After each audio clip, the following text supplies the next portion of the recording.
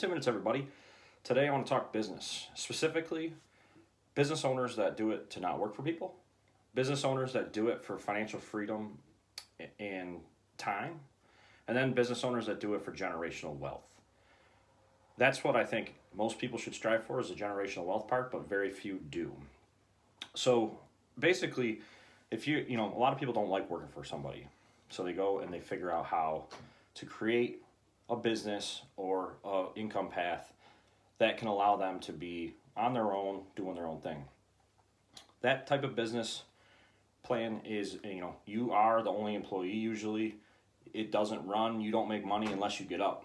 That's a tough life. The second one is more, it's better, but it's more today, now, in your lifetime.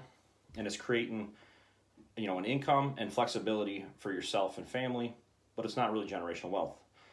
Then the third one is generational wealth. That's where you're building an infrastructure, you're scaling a business, and you're making it so it can run without you.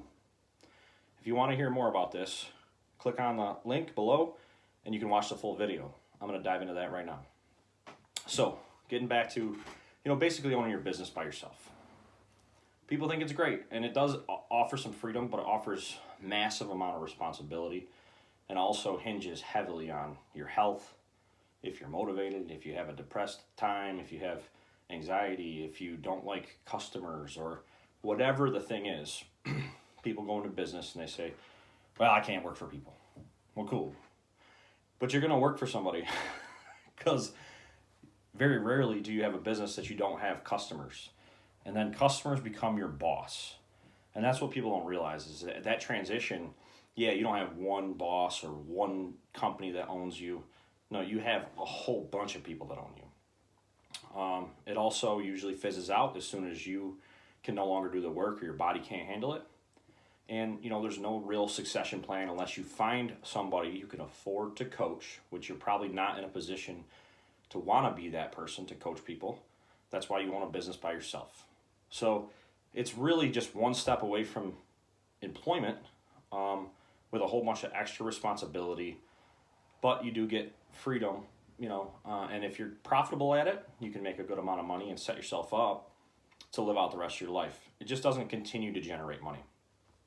Maybe the money you generate, you buy things like houses and stuff that create cash flow, create generational wealth. That could be an option. Another thing is building a business and actually scaling it to have employees and leadership, but not necessarily building it so that it can run without you or that it can live on for generations, but rather like you are the entrepreneur, you are the person that, makes it tick and makes the business run. You usually probably have trust issues. You don't trust people. You haven't built people up to be as good because, that's a scary thing sometimes, because if you build people up, they can easily go and create something on their own and leave you in the lurch. People get into this habit of only building people big enough to serve them. And I don't support that, but that's the way the world is. That's how a lot of people feel comfortable and in control, is if they don't build somebody, greater than their skills or build somebody to a point where they could be self-sustainable. The other thing is generational wealth. So for me, I'm trying to build generational wealth through real estate property, through businesses. So, my business plan is to figure out how to purchase and scale businesses over the next, 10, 20, 30 years, whatever it takes. Hopefully I have a whole bunch of businesses ready for my kids or somebody that's interested and proves to me that they deserve to be part of that business and own part of that business. It doesn't have to be my kids. If they don't aspire to be that way, they don't have that drive, that's okay. I'm not going to push them into something they don't want to be a part of and wreck their life because I'm making them do something that I want them to do. But at the same stance, like my general model, it's going to change over and over again, but will be to purchase a company, give ownership to my right-hand person in the company, get the company running, get that person to run all operations and be the actual figurehead leader of the organization. And then I will only be there for, high-level advisory and strategic planning, and I'll be very, hands-off, and the people inside that organization will look to my right-hand person or the person I've trusted with that business as the sole leader with the decision-making and power of the company. where I will influence and guide them, but ultimately I want to teach them, what they need to look at, the perspectives, to figure out how to make the right decisions, not make the decisions for them.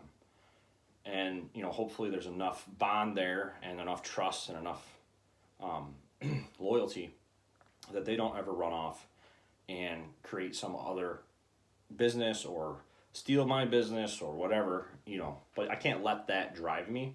That may happen to me a few times. I'm not going to get bitter and bitchy about it. I'm just going to deal with it. It's going to be part of what happens that time in my life, and hopefully I have enough going on that it's not detrimental. It's not maybe, and I don't mean to be negative, but rather than being like, oh, I don't want to do it because I'm scared of this, I say, well, hey, it could happen, and oh well. I'll deal with that when it happens, but I'm not going to act like it's going to happen. But understand, it is a possibility. And, at the end of the day, you give that person ownership, not controlling interest, but ownership to the point where they create cash flow.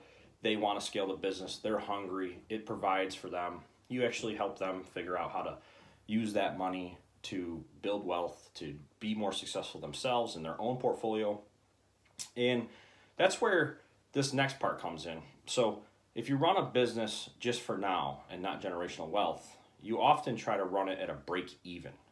You often try to run it so that you pull all the money out in paychecks and you don't actually show a capital gain that you have to pay extra tax rate on. Well, if you get smart with your money and you do the right things, you take that money and you put that into investments that can be tax write-offs for that money, buying real estate, buying houses, fixing houses, doing things like that. So if you cash flow a couple $100,000, go buy a real estate investment with that cash flow in the same year so that you can offset that. So that's where building generational wealth really kicks in and goes crazy, because you understand that you do want to push the business. You do want the business to be the best it can be in the sector and doing the service that it does, but not throttle back income and earnings, which always crushes being the best, because you know what to do with your money to get it out of being taxed to hell and losing out on a whole bunch of profits and giving it away to the government. Now, we all pay taxes. Don't get it twisted. There's a ton of tax money that comes out of every person who owns businesses and entrepreneurs and real estate. It's just we want to do our best to shelter that. And ultimately, that's the difference. So if you're trying to run at a break even, you're not going to be hungry. You're not going to push the team. You're not going to strive for big cash flow out of your business because you don't know what to do with it to avoid heavy taxes. That's it for today. Leave a comment if you like this. Ask some questions if you want to hear more. Talk to you later.